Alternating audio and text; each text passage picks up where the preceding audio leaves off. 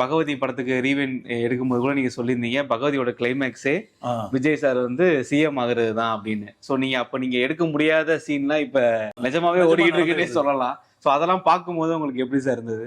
இல்லை, உண்மையில எனக்கு வந்து ஒரு பக்கம் ஆச்சரியம், இன்னொரு பக்கம் வந்து ஒரு கண்ணு முன்னாடி ஒரு அற்புதம் நிகழ்ந்துகிட்டு இருக்குது அப்படின்றது எனக்கு பர்சனலாக ஃபீல் பண்ண முடிஞ்சது.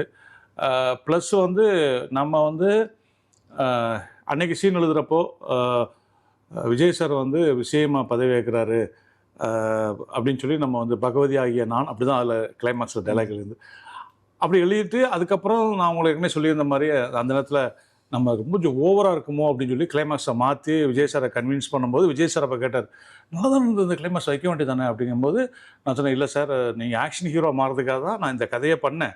பட் கிளைமாக்ஸில் சிஎம் ஆகுறதுங்கிறது கதையுடைய ஈஸ்தட்டிக் ஃபீல்டில் கரெக்டாக இருக்குது. ஆனால் ஆடியன்ஸ் பாயிண்டில் பார்க்கும்போது நீங்கள் இது வரைக்கும் லவ் படம் பண்ணிகிட்டு இருக்கிற ஆக்ஷன் பண்ணுறதே அவங்க கொஞ்சம் உள்ளுக்குள்ளே ஏற்றுக்கிறதுக்கு கொஞ்சம் டைம் ஆகும். அந்த நேரத்தில் பார்த்தா கிளைமாக்ஸில் சிஎம் ஆகிறாருன்னு ஓவர் டோஸ் ஆகிடக்கூடாதுன்னு அவர் கன்வின்ஸ் ஆனார். ஆனால் அந்த நேரத்தில் எனக்கு மட்டும் ஒரு சப்கான்ஷியஸ் மைண்டில் அவரோட பேசிகிட்டு இருக்கும்போது தோணுச்சு, தலைவனுக்கு ஒரு சிஎம் ஆகணுன்ற ஒரு எண்ணம் இருக்குது அப்படின்னு எனக்கு நல்ல மனசில் பட்டுச்சு.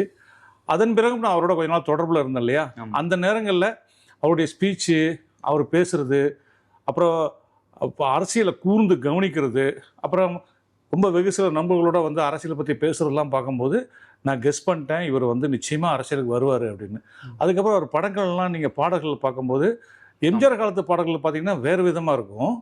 அந்த காலத்துக்கு தக்கன இவர் பார்த்தீங்கன்னா ஆள போகிறான் தமிழை அப்படிலாம் பாடல்கள் படத்தில் வரும்போது அதுக்கப்புறம் சர்க்காரில் ஒரு பிரச்சனை சொல்லும்போது நான் உண்மையிலே கன்ஃபார்ம் பண்ணிட்டேன். எனக்கு தெரிஞ்சு போச்சு இந்த ஜெர்னி எங்கே போய் இவர் நிச்சயமாக வரப்போறாருன்னு எனக்கு நல்லா தெரிஞ்சு போச்சு.